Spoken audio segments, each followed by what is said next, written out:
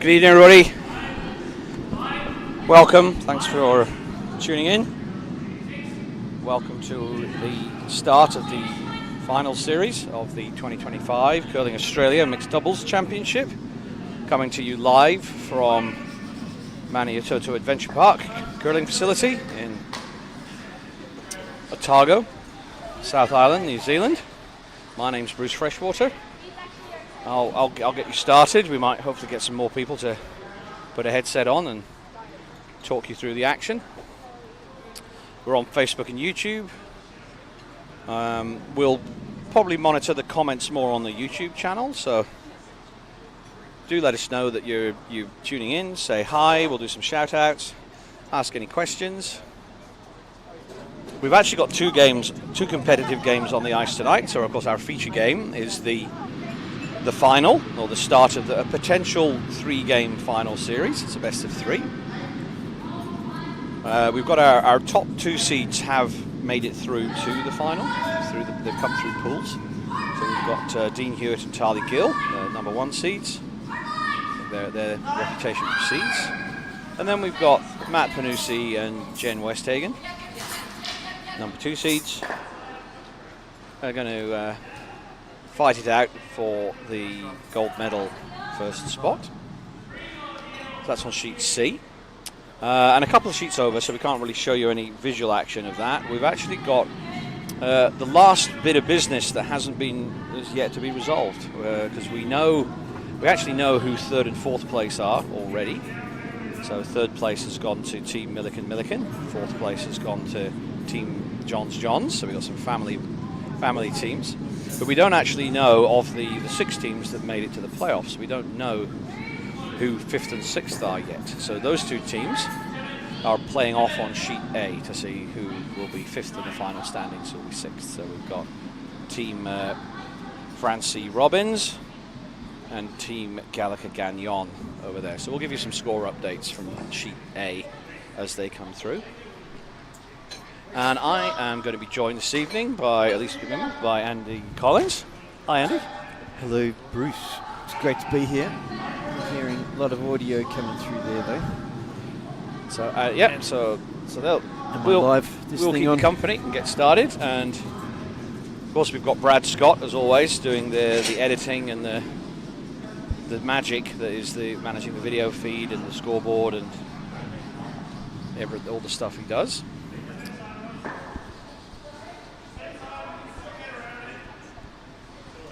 Anyway, so we started, unfortunately, yes, so apologies for being a little late. We were just enjoying the festivities and the excellent hospitality of the rink here. So we're a few rocks in to the first end. So our first seeds, because their record was best in the pool and because they won the initial Page 1 playoff, they have hammer and have the pre-placed red stones on the back of the forefoot. And now we've got sure my headset's working there. We've got things going on there. Hello. Oh, now I hear myself. That's your monitor level. Yeah. It's always scary hearing your own voice. There we go. There we go. So it looks like we've got the big classic stack of rocks here for a mixed doubles game. Yep, again some sharp shooting already. Lots of things pretty close to or on the centre line. Are we going to see a big run back come through and destroy all this at some stage? In amongst all that mixed doubles chaos or clutter or mess or carefully placed stones. Here it comes, I think. Do you actually have shot stone? Shot stone's actually the initial throw by... I think it's Matt Panoussi or Jen Westhagen. I think it's actually Matt Panoussi. Yeah. So Matt Panoussi is going to be throwing the stones 1 and 5 for Team Panoussi Westhagen, at least to start off proceedings. They're a very versatile team, this, so they do actually switch those positions, which is perfectly legal to do in mixed doubles between ends. And Jen Westhagen throws stones 2, 3, 4. Like Dean was trying to run those stones back before and slightly off target. So now we have Jen Westhagen's last stone. So this is the penultimate stone for Team Westhagen Panoussi coming in. I think she's trying to guard something up here. She knows the run back and hitting power of both Dean, but also Tali Gill's got a mean up-weight shot when she wants to. There is a line. So Dean's waving his broom around. So we do have a Christmas tree formed now, just diagonally crossing the centre line ever so slightly. So Dean just figuring out the angles to probably perform some dark magic. And all of these may disappear. 20 kilos of each of those stones. How many stones does he have to move there? It's at least 3, I think. Yeah. 4, 5. That's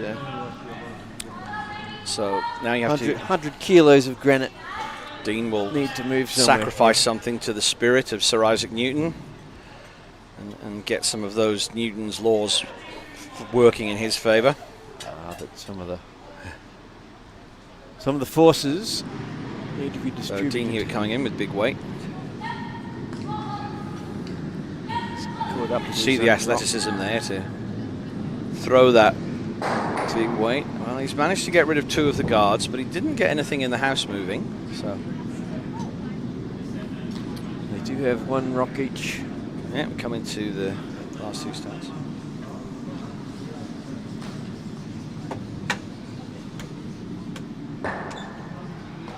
It's like Matt and Jen are conjuring up their own dark magic. Yeah, I think that they don't have hammer here, and they're sitting 1, so I think they'll just that be. That one is looking kind of lonely in amongst all the red there, and probably set up for the how's it called? The squeeze the pimple. Squeeze the pimple. That's the I think a new addition to the Australian curling vernacular. This term in the last 24 hours, and it seems to have stuck. So yeah, so we've got those 2 red stones cradling the yellow stone there, poking its nose out. So I think we're going to see some kind of guard here from if they get the Matt chance Panoussi. to do so. Yeah, I think we'll see a guard from Matt Panoussi just to hide that the pimple, the yellow stone that's just poking its nose out on the right-hander's in-turn side.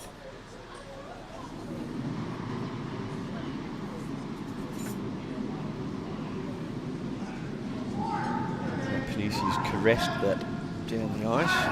It's a delight to see. Jen's looks like she's doing a bit more than caressing the rock. Yeah, they're both. Now Matt's catching up. So at the moment, it's hanging out a little wide, this stone. So they're sweeping it hard just to try and, after the break, just to get. I wonder if they were trying to protect the left-hand side of that rock somehow. But yeah, which I think they've done. Squeezing of the pimple is going to come to. I think they have covered that side, so I don't think the current shot rock can be hit directly now. It's a very small port, so they did enough, but there is the actual run back itself is still there. They can't guard everything. This will be the last stone of the end. Tali Gill, yeah. Those, whatever the rocks have been set up for Matt and Jen, it's their last chance. Meanwhile, over on sheet A, we actually have a steal in the first end. So, Team Gallagher Gagnon, who have the yellow stones, didn't have hammer, again, just by virtue of the way everybody finished in the round robin. They've managed to steal pick the pocket of teams Francie Robbins and steal 1. So, right, Tali Gill coming in with a bit of heat. It's hanging a bit high, so it's just going to peel out that front stone. I'm sure that's what they wanted to achieve, but good attempt. So, wow, a steal for Team Westhagen Panoussi, first end. 1 to yellow. Yeah, some might say that's just made them angry now. Gill Hewitt. Banging the hornet's nest, maybe. Oh, wow, thank you. Some pie has just been delivered. Pie has Right arrived. shoulder We're being here. spoilt. Again, the hospitality at the rink here is... This might need some microphone muting. Yeah, I think we're going to go dark for a little second, just while the first initial couple of stones come down. So excuse us while we mute the mic and enjoy the... You might need a pseudo plate in the form of a napkin. Thank you, Andy. Right, okay, well, so we're going to go dark for a couple of seconds while we enjoy the delightful food on offer. There we go. This microphone's in danger also.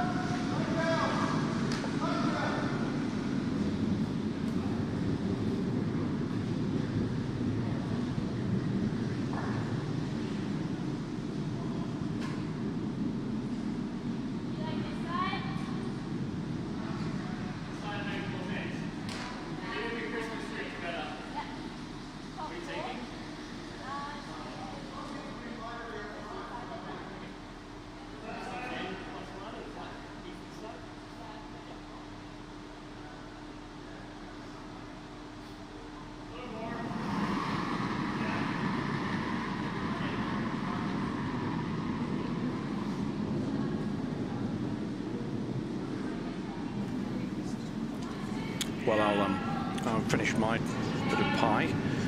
Pork and jalapeno, that was absolutely divine. So I'll resume describing the action. So unfortunately, Matt Panoussi with his first stone, throwing a little heavy. So he wasn't able to freeze up against the pre-placed red stone of Team Gill Hewitt, and he just tapped it and rolled off it.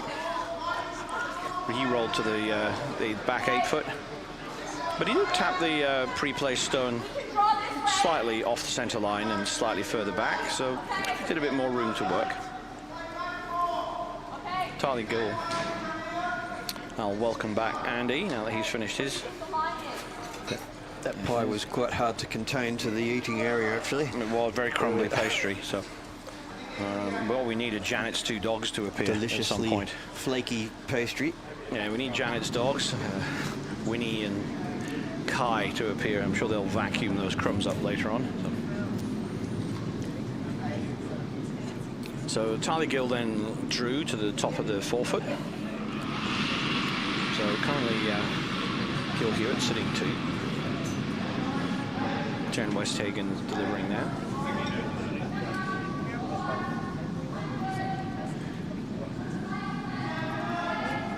Get that one around that guard, which they seem to do.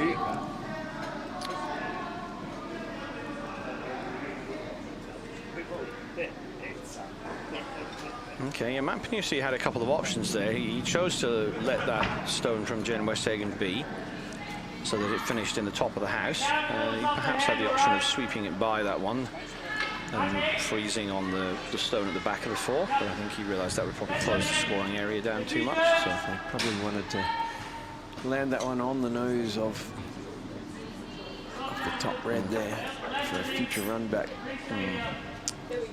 So it's left his stone just thrown, showing a peak. Dean Hewitt, who wastes no time at all and calling a quiet weight shot to remove it. I think he'll be looking to try and tap this one back, remove it, and roll underneath, and roll under the center guard, back towards the center line. Try and get inside of that rock. Which he has done. He's perhaps over-curled, over-rolled ever so slightly. So he is showing a piece on the right-hander's intern side now. And created a, not so much pocket, but there's a bit of room here for Jen Westhagen to draw something in.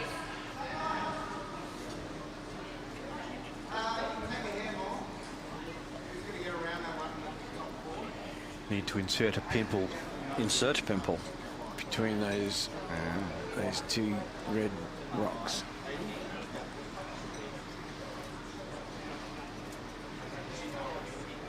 So Jen Westhagen here with the draw on her out-turn side, right-hander's out-turn side.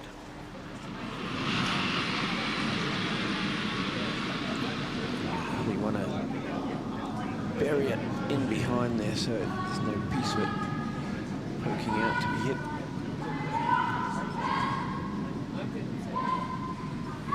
It's going to be Precision sweeping hard.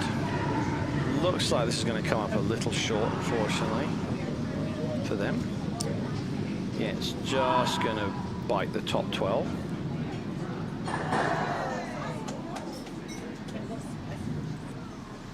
Crowd here filling up. Mostly of other athletes in the comp who are, of course, no longer involved in proceedings now that we're down to the last two teams. We've also got some locals. A bunch of Kiwi curlers also. Yeah, we have our friends from the New Zealand Curling Association who seem to be having a high performance training sessions. We've got a few of those, and then we've got some of the locals from this part of New Zealand, Maniatoto area.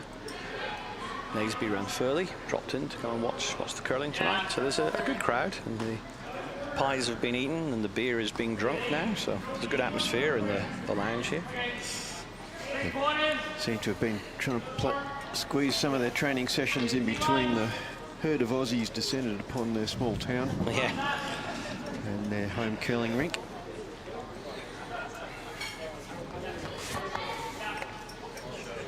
So Dean Hewitt now with his second last stone, it looks like it.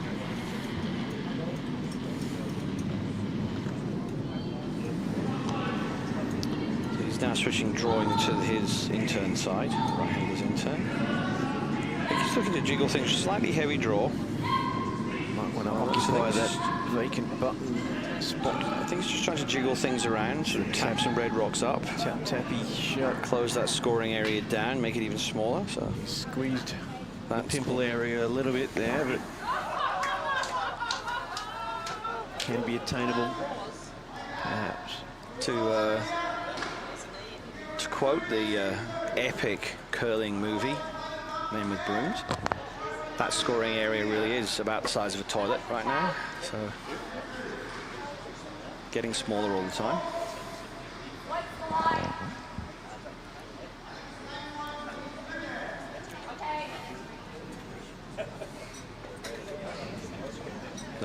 So they fancy their chances at getting into the Yeah, there's still a draw path in there. the middle there. I think they do. It appears to be a draw path around the stone. Rock might be a little bit of a nuisance there. Yes, it looks like they have to stick to their out-turn side because the in-turn side is dominated by red. So I think they'll be looking to use the stone they threw in their last stone. That could be, I think there's room to go around that. Get enough of the button to score and to be hidden behind that guy.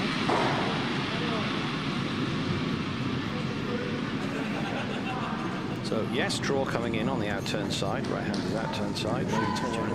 It's looking a little narrow, so Matt Panoussi sweeping hard.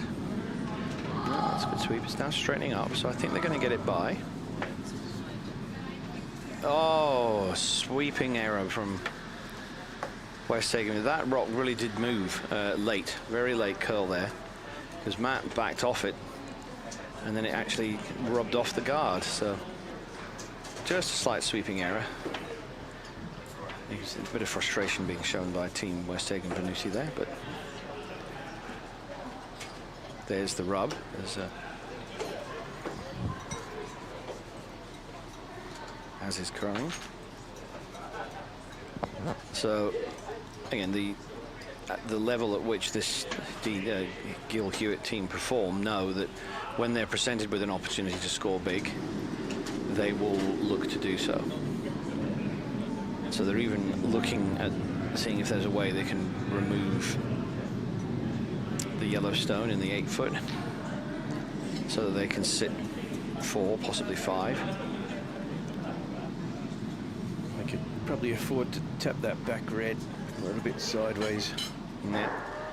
And I'd probably leave the shooter buried behind the yellow rock up the top of the house.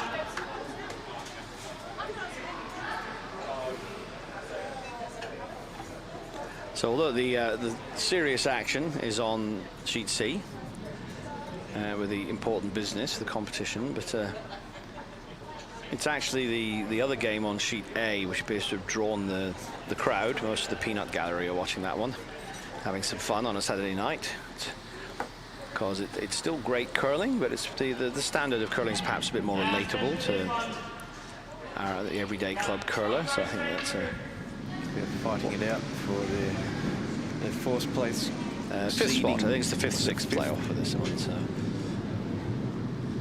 So yeah, so there's some merriment happening in the lounge on that side as supporters have picked their teams, and Team Hewitt's Red Rocks come steaming in here. Comes Hewitt, so I think we're going to look for a little hit and roll.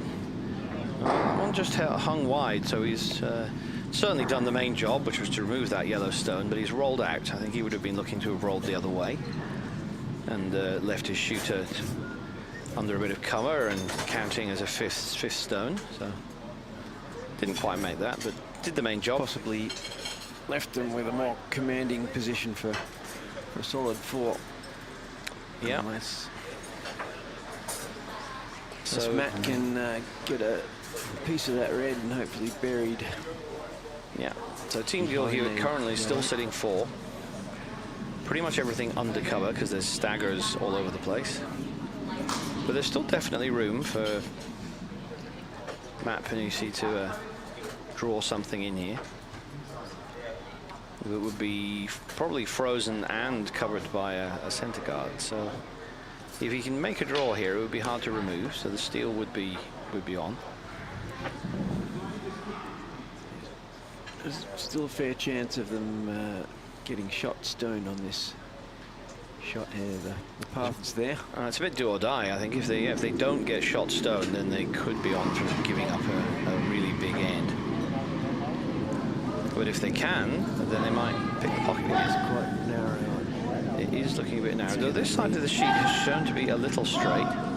But yeah, that is now. So maybe this was always the call, was to tap their stone up.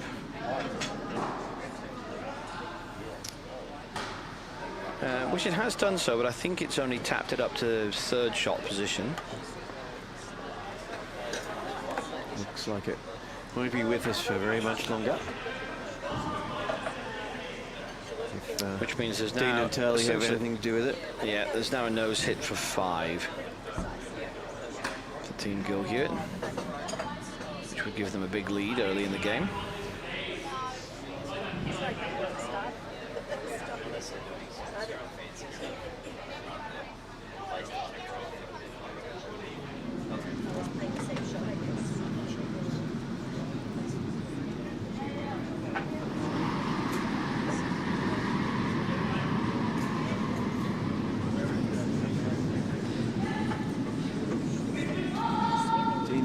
Sweeping it quite hard.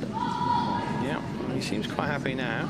Between not sweeping it, which means they're Gill calling line. Yeah, gets that right on the beak. And that would be a 5 for 4. Team Gill Hewitt, I think. Though it may just be 4. They're just having a quick check. Better than the top. Like yellow, but then if you're looking at it like that, it shouldn't say. Maybe this is closer than we think. Solid looking at 5. 5 it is. So yeah, big score of 5 for Team Gill Hewitt there. So again, when they sense an opportunity to score big, they go for it, and more often than not will succeed.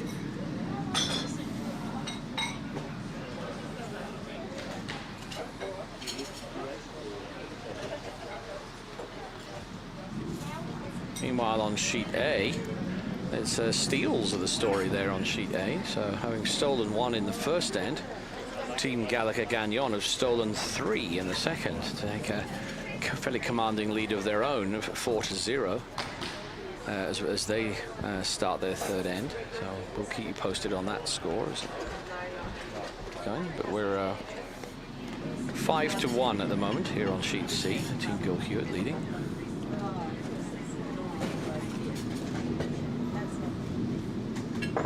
So still early days. It's only the 3rd end. If Team Gill Hewitt can get a multiple score here, they'll be right back in it.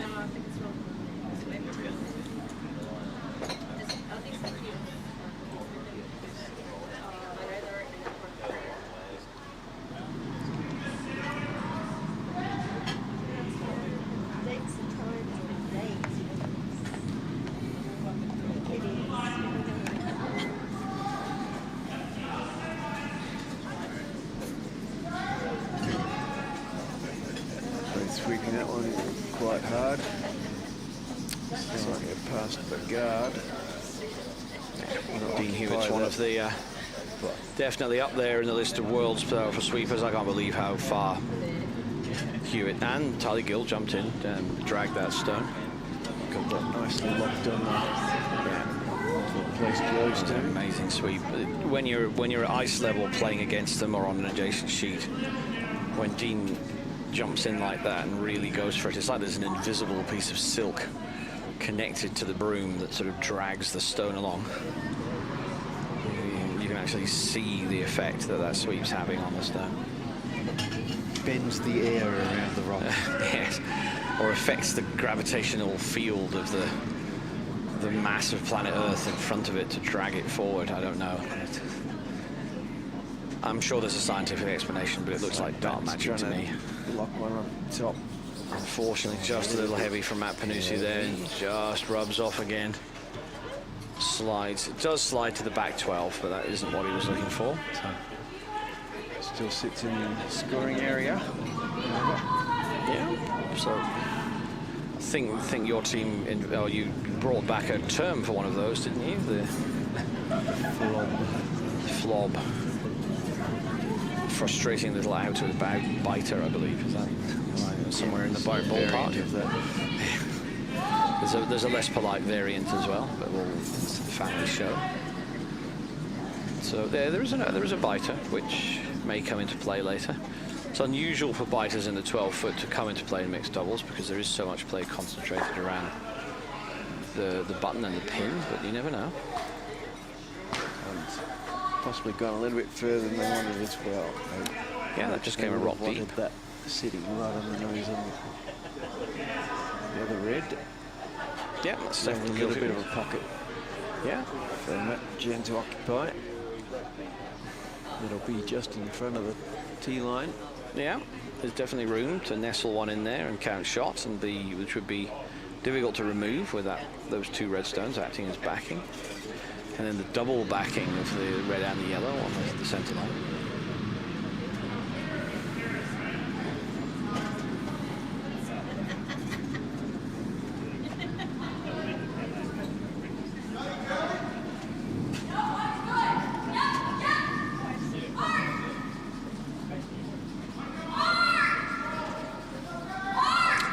Great sweep by Matt Panoussi there. That Yellowstone at Westhagen was looking tremendous, and it dived hard just as it got past the hog line. So it was a great sweep by Matt Panoussi to get it by the right in the pocket. There's corner guard, but possibly a larger pocket up for the grabs now.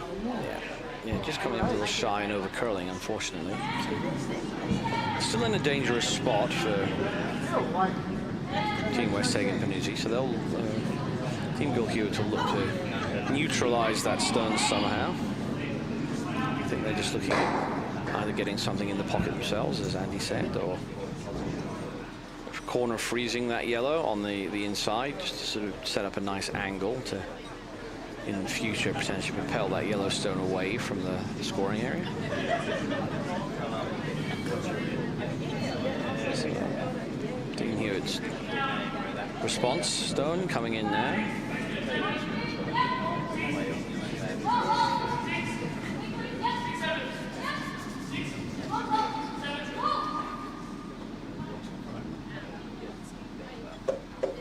Looks like he slotted that nicely into the pocket. Yeah, it's like he just picked the stone up, walked down to the other end and placed it there. Whole weight of granite behind it to keep it there.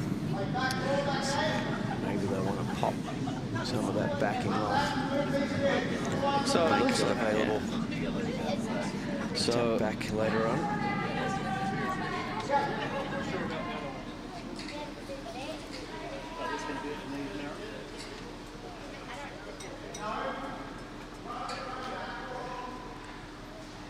So Jen and Westhagen will look, given that those rocks are quite frozen in, we're going to see if we can start with a new piece of vernacular. So Jen Westhagen will be seeing if she can de-ice those stones. Try and just open things up a bit, create some room, create some distance between those stones, wiggle things around.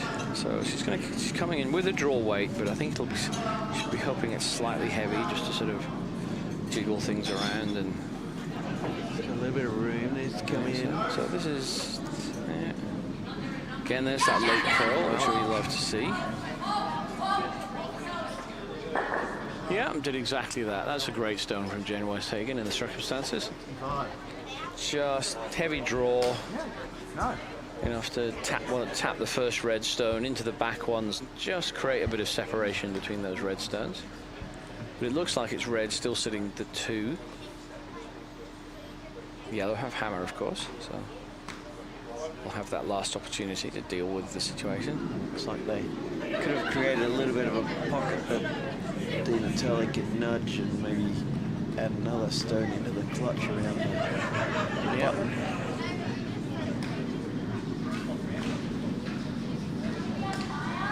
A bit of danger of popping them back off if they're a little bit heavy.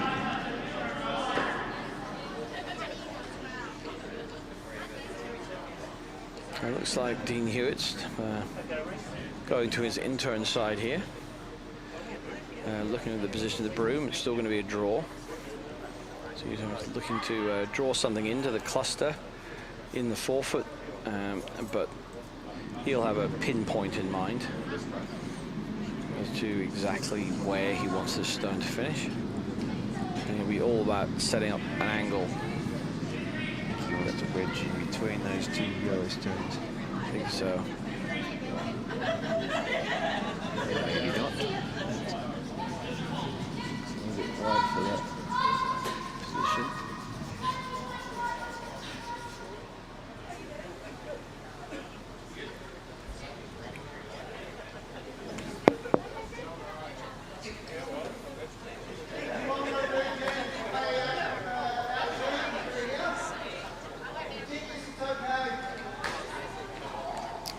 So yeah, I did quite a good job, that stone.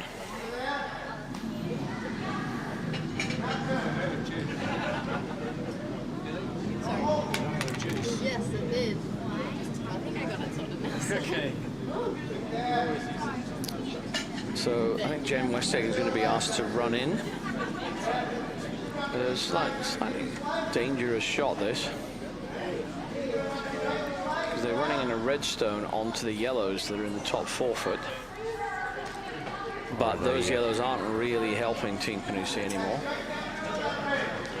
because they're preventing access to the button in the scoring area. Maybe they're trying to clear both of those guards out. Perhaps there's even plan B there. They want to run it and clear these 2 set of guards.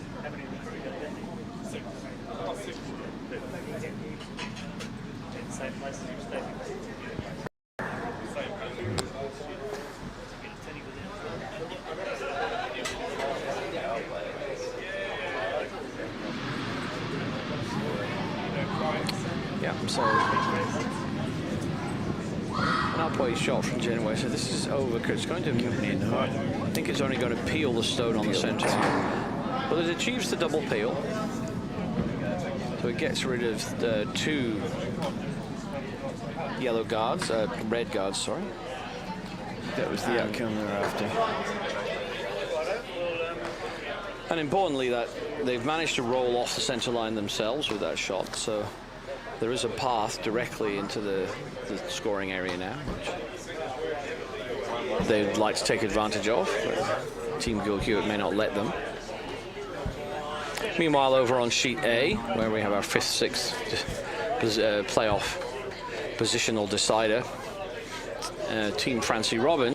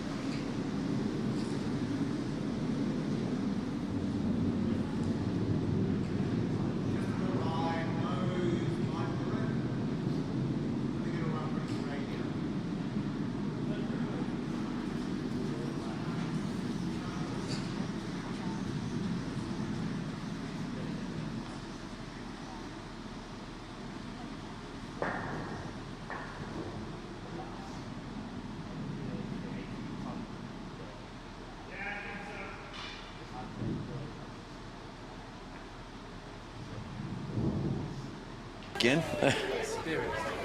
which wouldn't be told no a few days ago. Does that sound a bit better, Brad?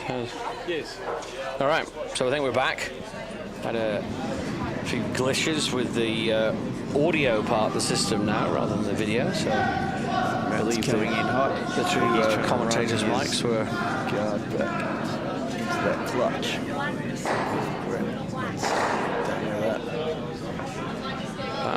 Things have changed.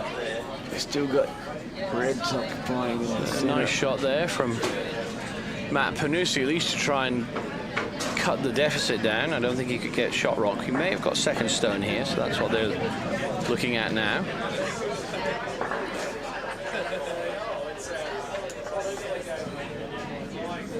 I think they're asking for a measure. So duty umpire this evening is Rob Gagnon, the assistant deputy chief umpire for this Nationals. Correct words we've inserted there. So he'll be doing some measuring. Into action. There's a cold chair at the end of the curling rink there. So you just decide if it's 1 or 2 points to, I think they know it's 1 point to Team Gill Hewitt. They're just seeing if it's 2 points.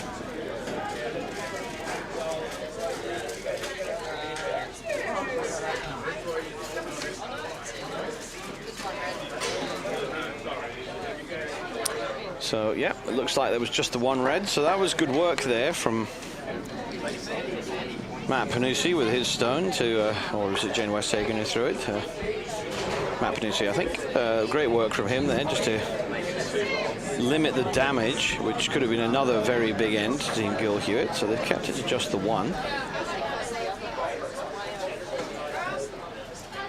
So that makes the score 6-1 to Team Gill Hewitt going into the fourth end.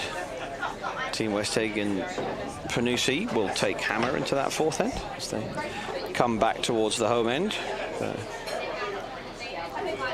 Bit of gardening going on on the ice here. Real or imagined flecks of whatever on the ice. Smallest of things can make the rock go completely sideways.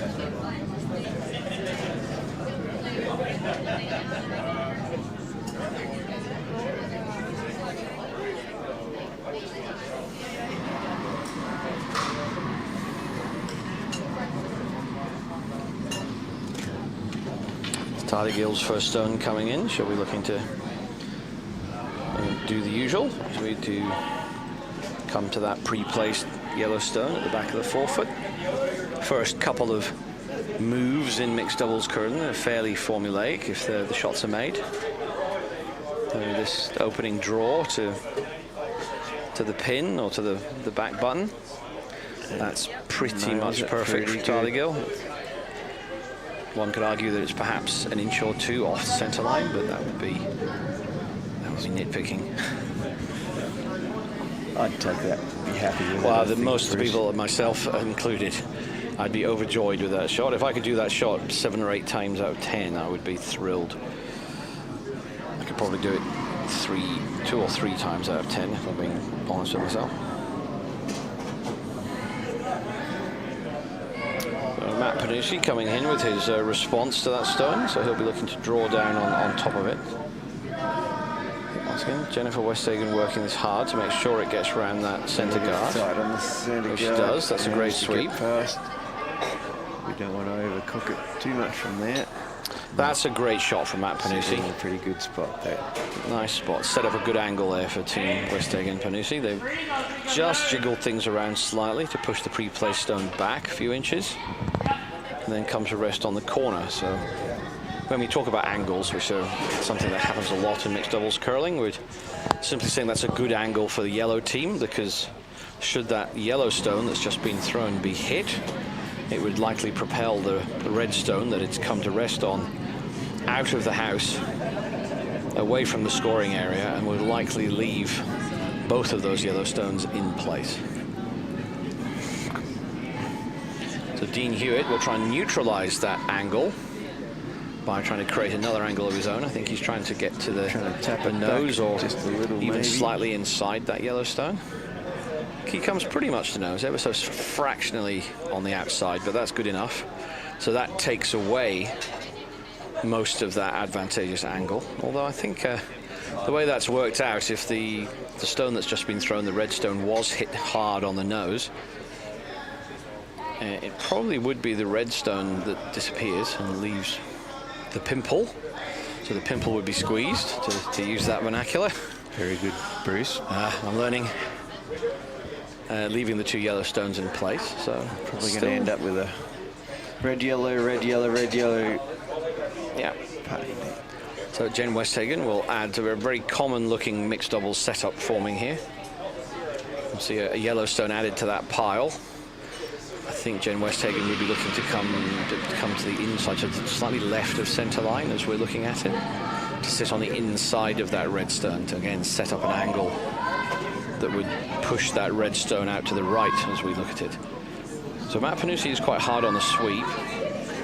This is going to flirt with the guard. I think it's going to crash on the guard. Unfortunately, it is. So just a fraction narrow from Jen Westhagen. So that's opened up the centre line.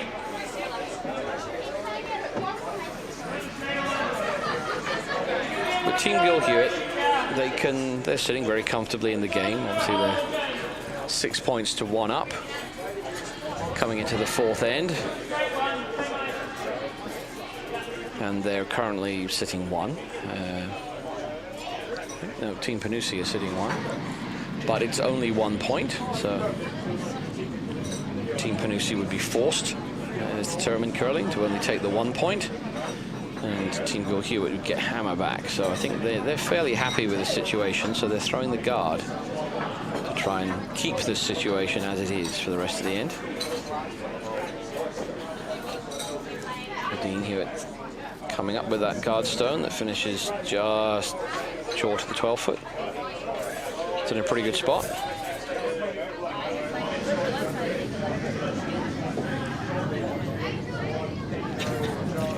Sheet A, we've got a peel coming down the sheet. They want to run all those blocks back.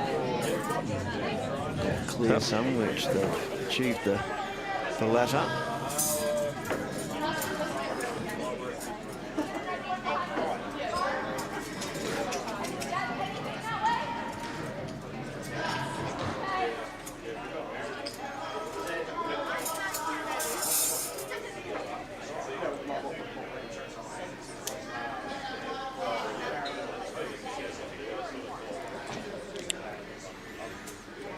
So again, pretty good setup here for.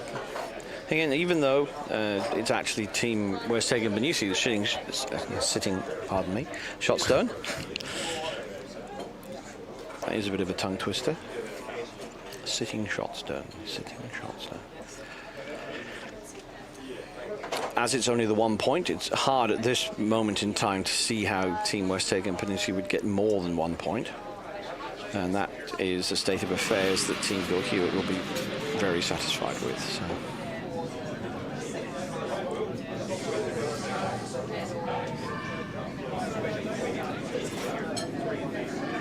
So there is a tiny amount of room in there for Jen Westhagen to draw around the guard stone that's just off centre line now on her outturn side.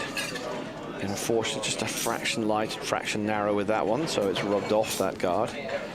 And essentially added to the increasingly sizable pile of granite sitting just in front of the house. There's a wall being built there.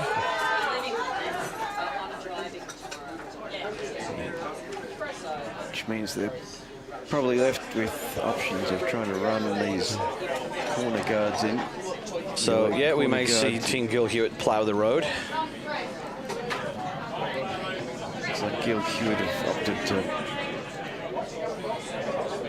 guard the left-hand one. Don't actually have a stopwatch to hand, but I'll try and count out. I think we're going to see a bit of heat here. I want to see I'm going to count the seconds between the hog lines for this stone thrown by Dean here. Oh, it's actually fairly quiet. I was expecting bigger weight, but this is nuanced or controlled weight coming in from Dean here. guard. In fact, it's even a The guard. left hand corner yellow. So again, they're looking to just maintain the status quo here with regards to the stones in the house and around the scoring area. So they identified that the stone, the yellow stone that posed the biggest threat to them was that one sitting left of the center line as I look at it. So they've neutralized that with a guard so that that stone really can't be used now by Team Westhagen Panoussi. Right, it can't be hit directly from the hack. It would have to be hit by the yellow stone that's just been, the red stone that's just been thrown. So suddenly makes any kind of angle raise or angle run back very difficult. They're hard enough when you don't have a guard stone to hit in a way. So. Some decisions to make for Team Westhagen Panoussi. They could say, well, you know what, we're sitting one. We might just take that. But with the scoreboard being as it is, they will want to try and do a bit better out of this end than just 1 point. So.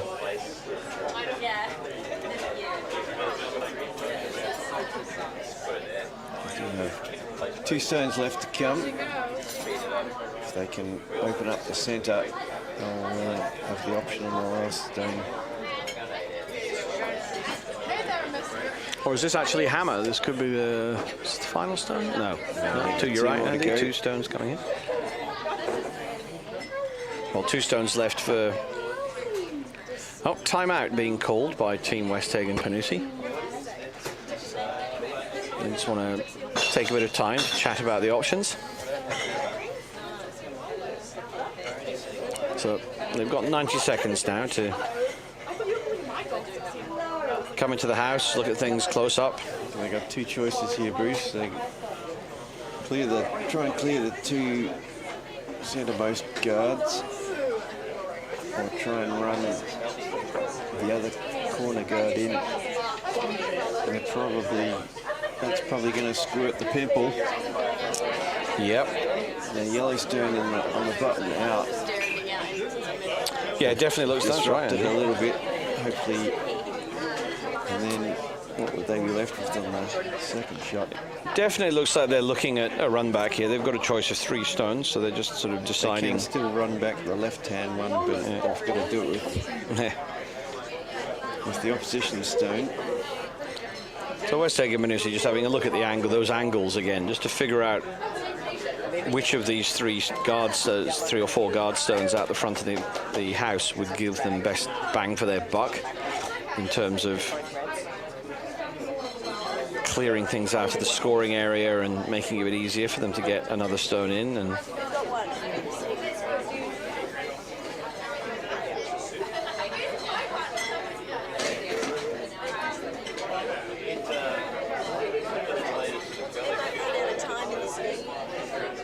so suddenly Matt looking at the double run, the red onto yellow, the red stone that was just thrown by Dean Hewitt. Maybe a shot of a couple of millimetres tolerance, I think. Oh, if that.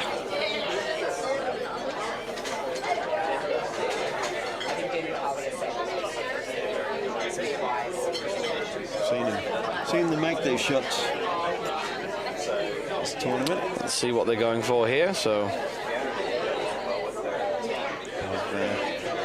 done a lot of curling in the last couple of weeks, these 2. Yep. Just came from the men's and women's tournament, and a whole lot of days training before that. How do I get the volume of this up?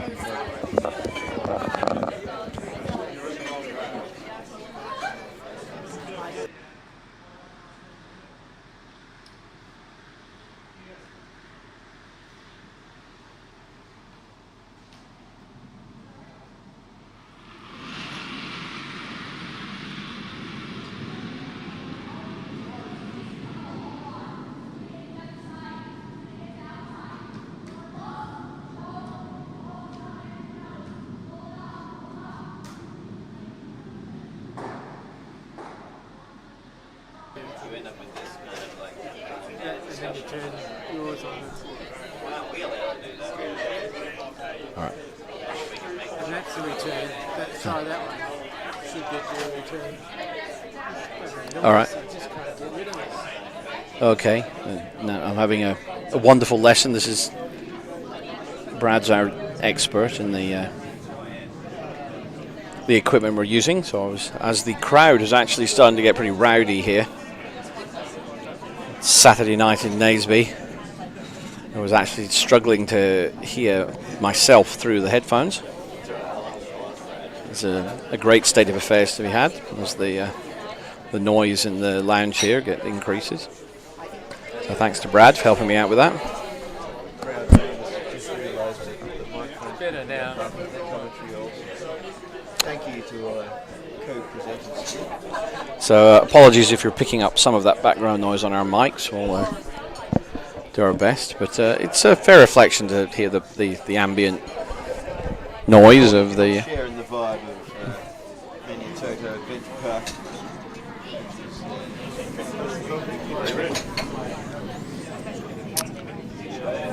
So.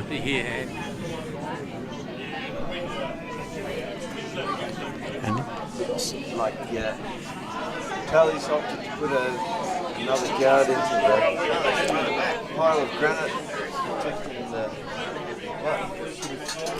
So. Okay. So Tali guarding things up again.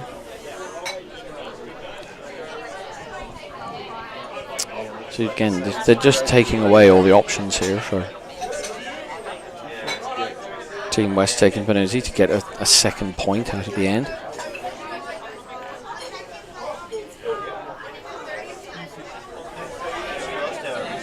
Matt looking at the angles again for want of a better description, squeezing the pimple where there's any way he can get a red stone coming in to hit the red that's at the top of the forefoot to propel the current yellow stone back in such a way that it's the red stone behind it that gets squeezed out, somehow leaving the two yellow stones in a scoring position. But I don't think the shot's there. But they're 6-1 behind. So, this could be the game right here, this shot. It's quite possible to come back from here. Nah. Ever the optimist, Andy. Get more than one out of this thing. It's better. That's a good attitude. So, I think, so just too complicated in there. The risk was too high. Matt Panoussi elected to throw this stone away, just to leave things alone in the head. Take their 1 point into the halftime break. Short break in his neck.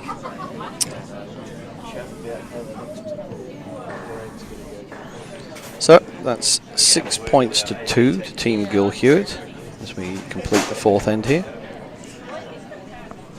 Peter Collins is going to sign off. Thank you, Andy. Team here. Cheers.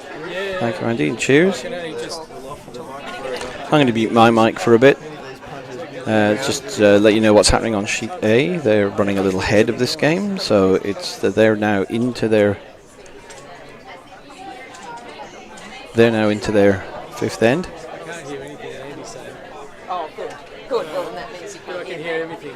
The noise goes on. Just trying to get It's 6 points to 2 to Team Gallagher Gagnon in that game. Andy off, is it? Thomas, Kiara.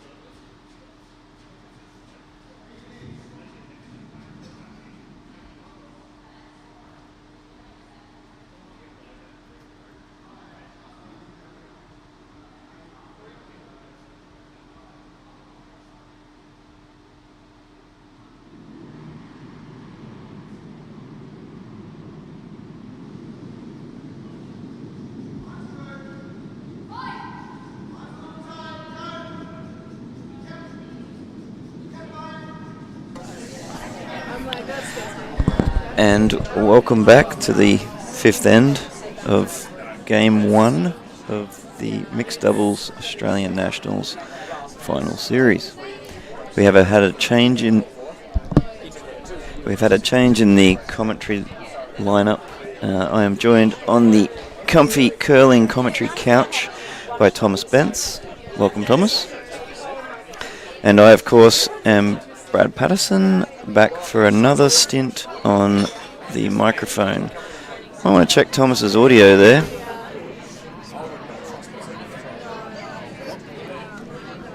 Give us a sound check there, Thomas.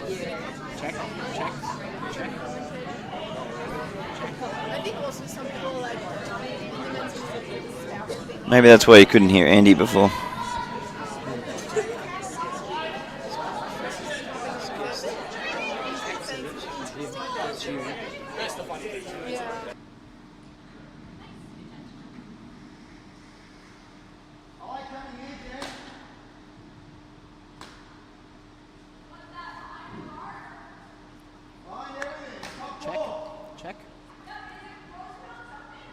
Check.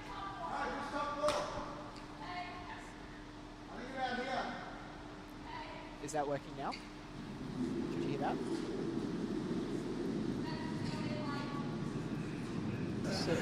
We're just having some small audio technical difficulties. Our audio whiz Brad Scott twiddling with the wires as we speak to try and get Thomas his rightful airtime.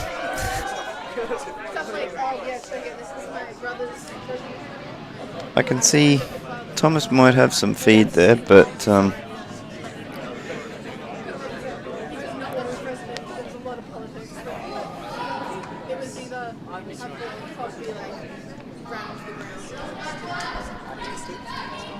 yeah, I think you're there.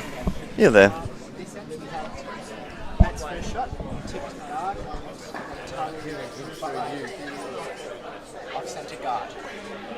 Oh, okay. We're getting. I'm hearing Thomas through you, not through. Yeah, strange.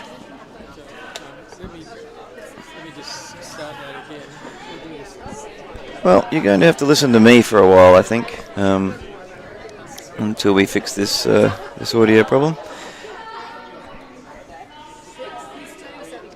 Not the traditional opening that you would expect, a nice little tight cluster around that precious, precious button real estate.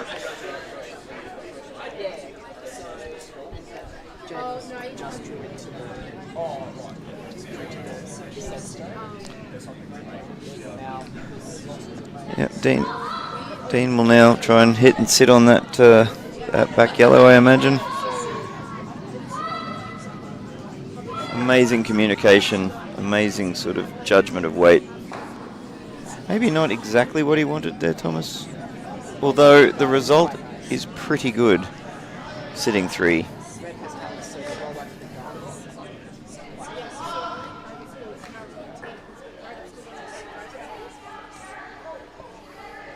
Jan Westhagen from team Westhagen Panoussi.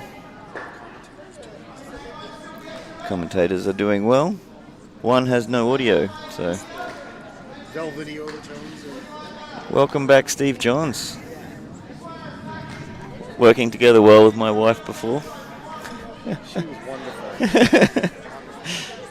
Jesse's great to work with. Great to play mixed doubles with too. We of course had our first mixed doubles showing this year. Took us a few games to figure it out, but we got there in the end. Maybe a little too late.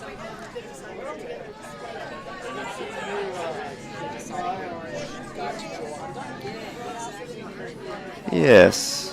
Which one would you go under, left or right there, Thomas? Under the left one. Probably be better. Push the center, swing the scoring center, but I'm not sure if you can. Can't hear you. You are broken.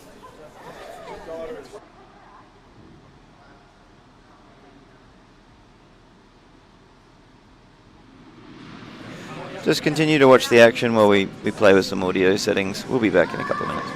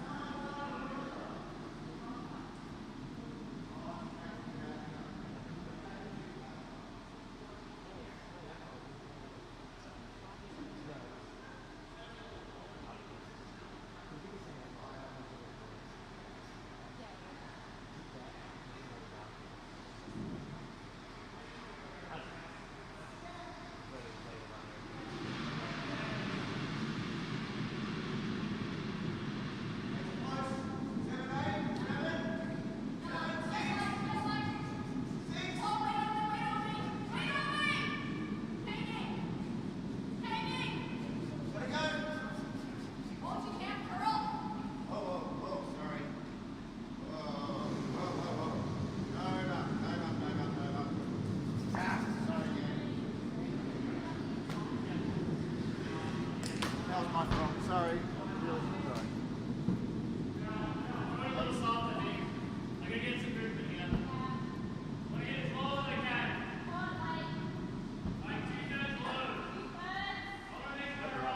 Oh well. Getting a nod from Brad. All is good. And can you hear me? And we can hear Perfect. Thomas. And we're perfect. Oh, we're back. Now, I am blind on my left eye, Thomas, so if you're looking at me for any particular reason trying to get me to, acknowledge something, you might just have to hit me. Yeah, perfect. Cool. So what's been going on? We were discussing shot clocks and how much time is taken to make a decision. Yep. And have you been under a competition time clock before?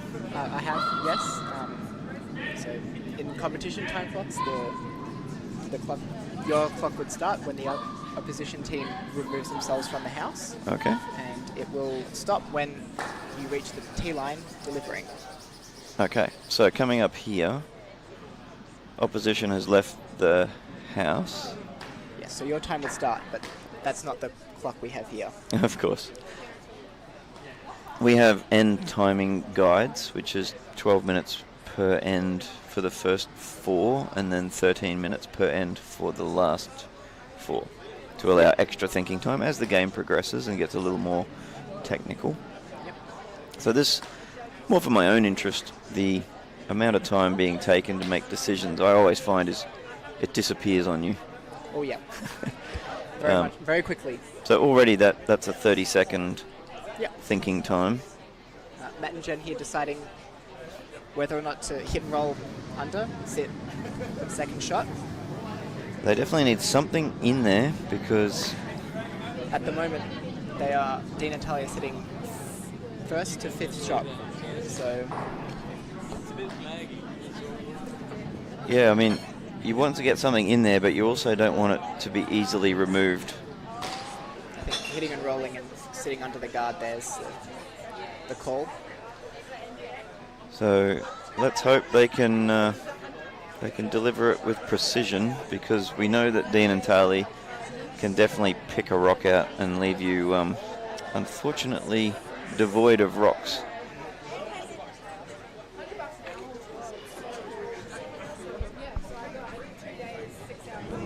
Matt Panoussi had a bit of a slip on the ice earlier today. Seems to be fully recovered. I've seen him sweeping pretty heavily, so he must be okay. And you've played with Matt before, or in any of your teams? No, not yet. Only in Melbourne. Only in Melbourne.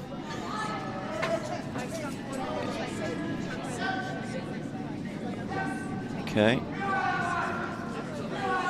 Jen putting the work in on this rock to try and get it into a place that A, reduces the number of reds that are scoring, and hopefully make it very difficult to remove that. For Dean and Tali, that's probably an easy one to remove. It looks like they're going to go for the pick and try and pick it out to the left, looking towards the house here. Yep. Or would you... Also looking at the angle tap to sit three. All of these shots seem difficult to me, but... At least with the... You're going to say current skill level that I have, are you? No. I was going to say with the pick, you only have to get by half the guard. You don't have to overcurl it to get Okay. to hit that eight foot. So you think they're just trying to chip that, Yeah. I guess you'd say a 1 o'clock red, Yeah. just to get 3. Yeah. And I guess you'd be happy with 3. Yeah. That would put it at 9-2, going into the sixth end. Yes. And getting pretty close to shake territory at Yeah. 9-2. Matt and Jen will probably take their power play in the next end. Oh yeah, I forgot we had power plays to come.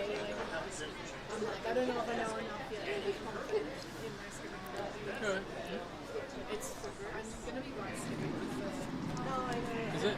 Okay, I'm trying to get... Thomas is a bit soft.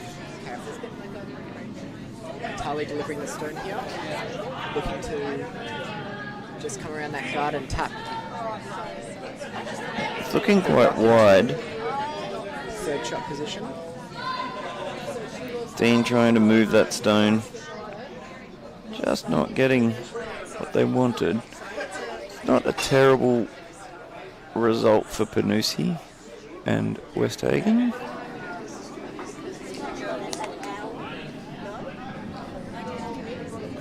Two red. 2 red, yeah.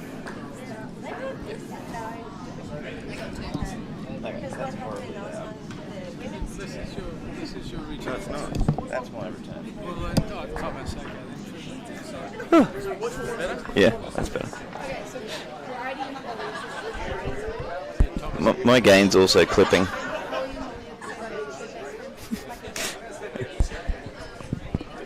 So that was 2 points. Okay, yep, 2 points, 2 red there. And Matt and Jen will call their power play. they have. Now, Fiona and I unsuccessfully tried to introduce power play dances to the sport of mixed curling. Yep. And it doesn't seem to have caught on. Well, I think we saw it a few times out there. We did. Just But, not in this game. I Not guess yet, at least. Like every movement, it starts with a whisper. And if anybody's watching this from overseas, I encourage you all to give us a power play dance to call your power play. You can make it intimidating, funny, whatever you like, really. we still have Dean and Tully to call their power play, so So we may see it yet. yes, seems unlikely, but when you're that far up, but you never know. Now, Tali, very good at the corner tick here. Try and tick that guard into the top of the 12-foot. It's a move that nullifies the power of the power play. Let's see if she can execute it here. Have you ever tried this particular move, Thomas? Yep, that's very difficult. It is indeed. I was trying it, and that's the sort of result I was getting as well. So Just over curling a bit, and have really just replaced the guard and put one of their reds behind the tee. So I guess Jen's going to try and get Matt to place one now, probably frozen to that. Keep two in the wings, perhaps. Yeah, I got about 1 in 5 where I sort of moved it in the right direction. But we only had 4 games, so I didn't really get a chance to show my corner tick prowess. there's a lot of pressure in the games too, though. So It is. And the ice out there isn't really not used that often, so yeah, you've got to be confident. Okay, Matt here, going for the draw. Just trying to get it across, waiting for it to move on its own accord. It hasn't moved quite enough, and Tali will step in and try to get some separation and allow them to take that rock away, I would imagine. What's the shot now, Thomas? Is it just more draws to freeze or to remove rocks? What do we... can't remove any rocks yet. I'm not sure. They might be drawing. Are they trying the corner tick again? I think so. Oh, very interesting. So they obviously want this corner tick so much that they're going to give it another go. We did that in one of our games. Second shot, corner tick. So there it is. That they've made it. That is the shot. Textbook corner tick. Ooh, a little gearing around there of that rock. And of course, it's okay to lose your shooter while the 5 rock rule is in play, or the 3 rock rule. Yeah. But there's 2 placed rocks, so it's really 5. It's 5 rock.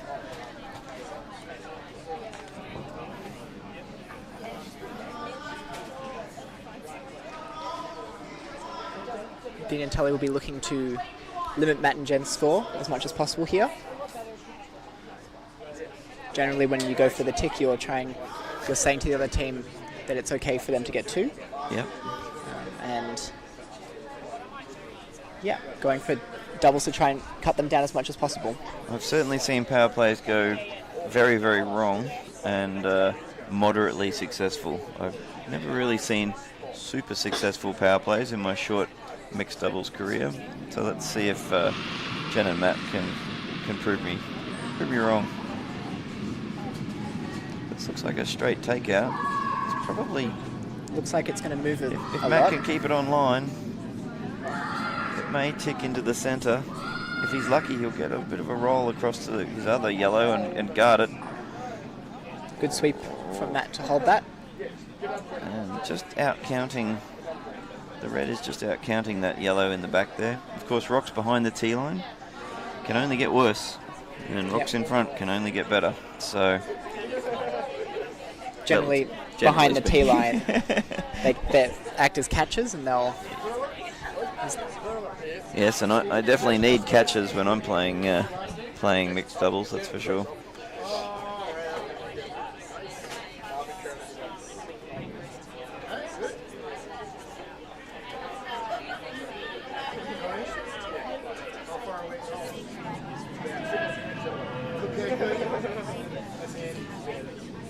We've probably not discussed Sheet A. Sheet A is a bit of a battle royale.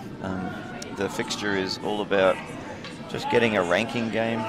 2 teams finished with equal stats, and so they are battling it out for the 5th and 6th positions so that the ranking can be clarified. That is Gagnon, Gallagher, and Thomas. I have forgotten Joe Robin's and Nathan. fancy. Robin's fancy. Thank you, Thomas. Ros and Ian having a bit of a dream run, and I can't read that score, Thomas. Can you read sheet A score? 9-3 to Ian and Ros. 9-3 to Ian Ross. They're having a dream run this tournament. They've played mixed doubles before, I believe. What is it? Oh, and Brad Scott helpfully has just pointed out the ticker that has all these scores on it, so we could probably go back to focusing on the game we're supposed to be commentating. So Dean made a wonderful double and roll on his last shot. Yes, I see the outcome of that. And unfortunately, Matt and Jen looking at what shot to play here, either a hit and roll onto the red on the right, or would you it go looks like they'll be. Would you go the $1 million that. hit and roll and try and double those out? One's a bit I think you prefer it not doubled out, because then you've got backing for it.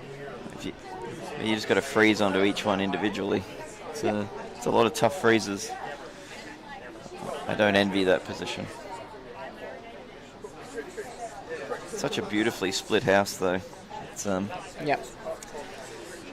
it's not something you want to see. Definitely makes the doubles and hit and rolls very hard. Yeah, there's no protection, so there's no guards up front. So, and if I've learned anything with playing Dean and Tali, there is nowhere to hide. That is going to beautifully make contact and stick perfectly on the pin. So now it becomes a bit of a hit game. So if we go hit for hit now, Thomas, what does that end up with for Jen and Matt? Probably 2. 1 or 2 at most. For the 2, they'll have to make a double. Presuming Dean and Tully don't do something unbelievable here. It looks like just a hit and roll, though. Yes. Just a hit and roll to the left into the 8 foot.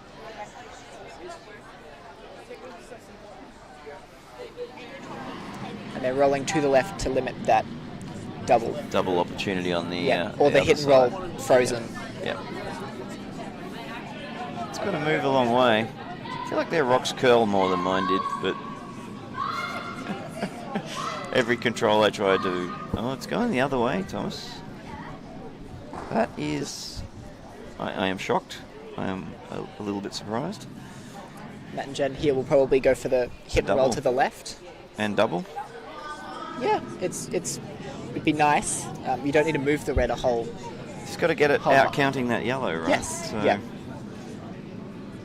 But again, you want that separation between the sitting yellows then, because they will disappear in a cloud of yellow granite if you leave them hanging around. Shot for 2? It's Jen's last shot. For 2? Oh, Jen's last shot. Yep. Matt still has a stone to throw. Yep. So we're predicting, if we're playing this out, that Jen and Matt will double this out, hit and roll to the centre, and Dean and Tali will continue to pick off the remaining reds, and Matt will draw for 2. Or Dean and Tali might go for the double. Or it's going to be an impressive double if Matt gets his roll into the button, which he's desperately hoping for here. Though hit and rolls don't seem to be high percentage shots. That has to move. That has to move a lot. And unfortunately, that has flashed the house. Missed opportunity.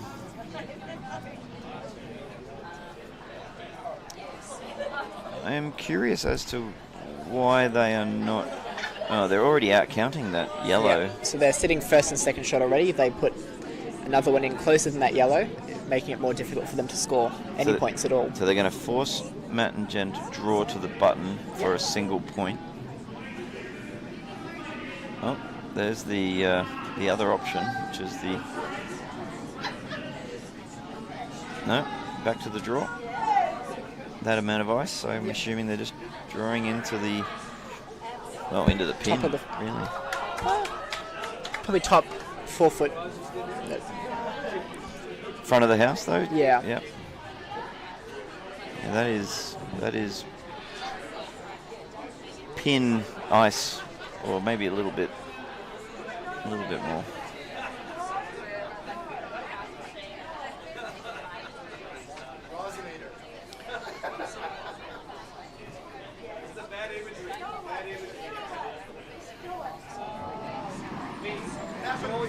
I have found playing this game that it's very hard not to ruminate over those shots that just did not come off that could have changed your trajectory. So I hope Jen doesn't worry about that one too much. We all have them. Yeah. And it's funny, the ones you make in the middle of a game that, you know, you wish you could have done better, Yeah. you forget about. But it's those ones that are like the last shot of the night. They just sit with you. Yeah. Wonderful draw here by Tali. Exactly as planned. So there is a chance here for a triple. Oh, that would jam. So No, it looks pretty close. It's there. so where Matt's talking about it now, that could end up with 2 if they're on the broom and the ice is called correctly. Yeah, the tolerance here for the triple is very, very small.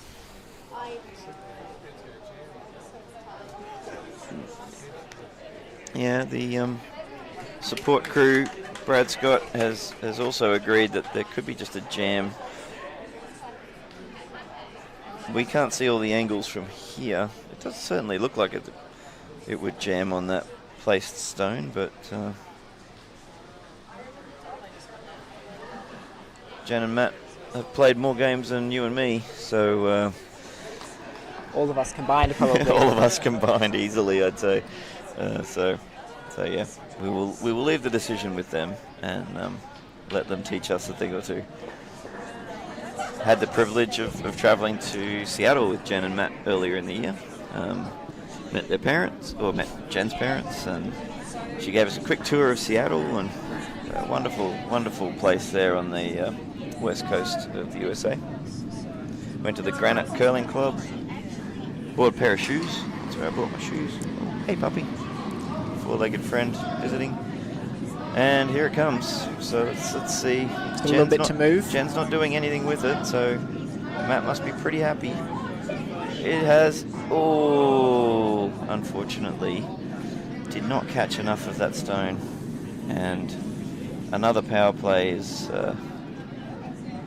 unfortunately going the way of the non-hammer team. That'll be 3 and A 3 a shake. seal and a shake. We have a shake. And our game on sheet A is also wrapped up. So that is game 1 of 3, a possible 3 finals, with the next game being 9 a.m. in the morning? 10 a.m.? 9 or 10. You know. I'm sure you could look it up if you wanted to join the stream. Anyway, like and subscribe. Give a shout out to Brad Scott when you next see him for all your AV needs. And this will be Tom and I signing off. Thank you, Thomas. Thank you, Brad. No problem, man. Talk soon.